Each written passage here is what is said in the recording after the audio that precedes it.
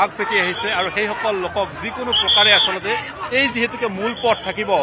আৰু এই মূল পথেৰেই যিহেতুকে আগবাঢ়িব বাহন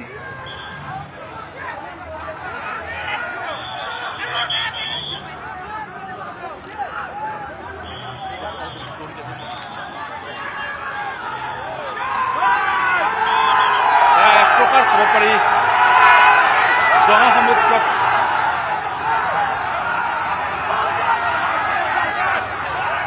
আৰক্ষী এক প্ৰকাৰ লাঠিচালনা কৰিবলৈ বাধ্য হৈছে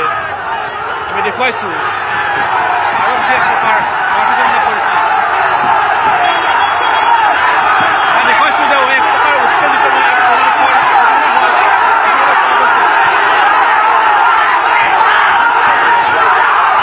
এয়া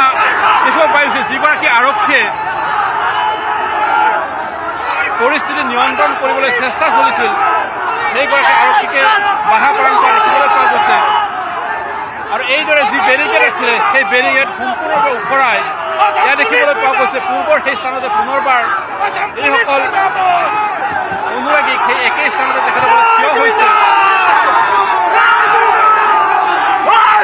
হয়তো ক্ষেত্ৰত হয়তো আৰক্ষীয়ে এই দিশটো পুনৰবাৰ হয়তো পৰ্যালোচনা কৰাৰ প্ৰয়োজনীয়তা আহি পৰিছে কাৰণ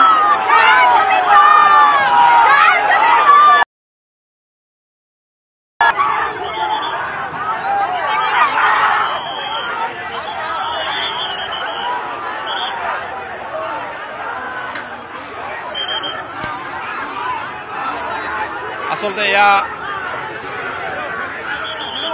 কংগ্ৰেছ নেত্ৰী মীৰা বৰঠাকুৰে কৈছে যে শান্তিপূৰ্ণ জুবিন দাই আচলতে শান্তিপূৰ্ণভাৱে বিচাৰিছে আৰু এয়া আচলতে অনুৰাগীয়ে হওক বা আৰক্ষী প্ৰশাসনেই হওক সম্পূৰ্ণভাৱে আচলতে এয়া গোটেই প্ৰক্ৰিয়া যেন শান্তিপূৰ্ণ হয় তাৰ এটা ব্যৱস্থাৰে এই গোটেই প্ৰক্ৰিয়া আগবঢ়াৰ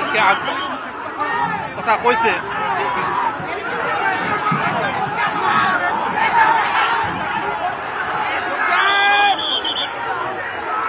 এক প্ৰকাৰ ক'ব পাৰি যে পৰিস্থিতি নিয়ন্ত্ৰণৰ যদি বাহিৰত বুলি ক'লে আচলতে ভুল নহয় কাৰণ যিসকল অনুৰাগীসকলে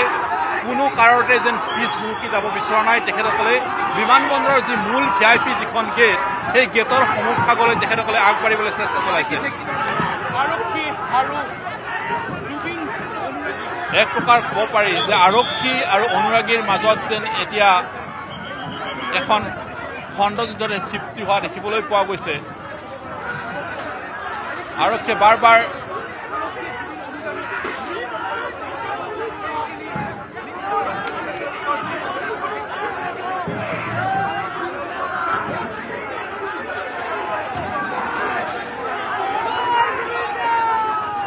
বহুদিশে যেন মাথোন